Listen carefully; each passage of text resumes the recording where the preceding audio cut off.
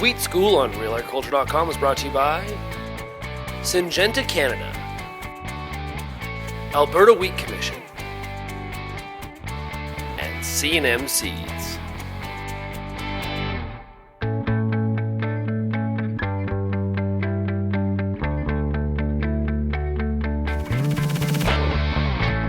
Peter Johnson here, RealAgriculture.com, at Wheat Pete, and yes, we're going to talk about wheat. You know why we're going to talk about wheat? Because you buggers always have to kill the wheat crop. You're never happy if you don't kill my gorgeous wheat crop 3 times in the year. We got a January thaw right away. I'm getting all sorts of calls. Peter, did the wheat break dormancy? It gets cold. Is it gonna die?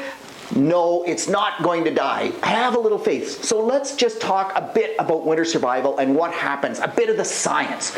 There are 2 things that kill winter wheat. One is low temperatures, and the other is suffocation, or essentially that's ice. And in eastern Ontario, we get a lot of ice damage. So that's one of the reasons why eastern Ontario has not grown a lot of winter wheat in the past. It just wouldn't survive the winter. What happens under the ice?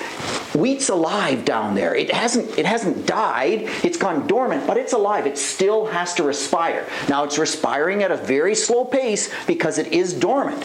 But you go underneath a solid sheet of ice, only so much oxygen. If it's more than 2 weeks under that ice, almost for sure, it uses the oxygen, too much carbon dioxide. Just like you or I, if we can't get enough oxygen, we're going to suffocate. The wheat suffocates. And so that's what happens under the ice. And it's interesting because sometimes in the combine wheel tracks, we'll get ice and the wheat will die. And between the combine wheel tracks where we didn't compress that soil, the water didn't sit, no ice, the wheat survives fine. So if you have ice, one of the things you should try to do, if the water drains away underneath, of course if there's water under there, there's no oxygen, the wheat's going to be done in that 2-week or a little bit longer time frame, but break the ice. If the water drains away, make sure the ice breaks so the oxygen can get back down there. The other one is cold temperatures. That, of course, Western Canada, that's the #1 issue.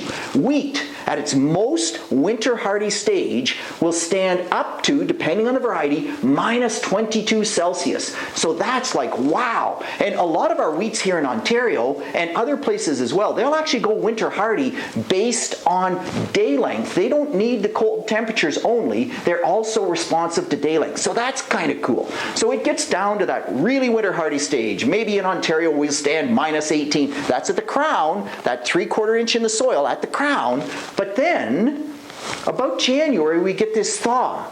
Well, Dr. Brian Fowler at Saskatoon, he did some excellent work. You get a 2-stage dormancy. So it goes really cold tolerant. And if you do get that January thaw, or even out west where they don't get the January thaw, by mid-February, it comes up to this 2nd stage of dormancy, -9. So again, how often do we get -9 once we get that January thaw with no snow cover? It doesn't take much snow to insulate it.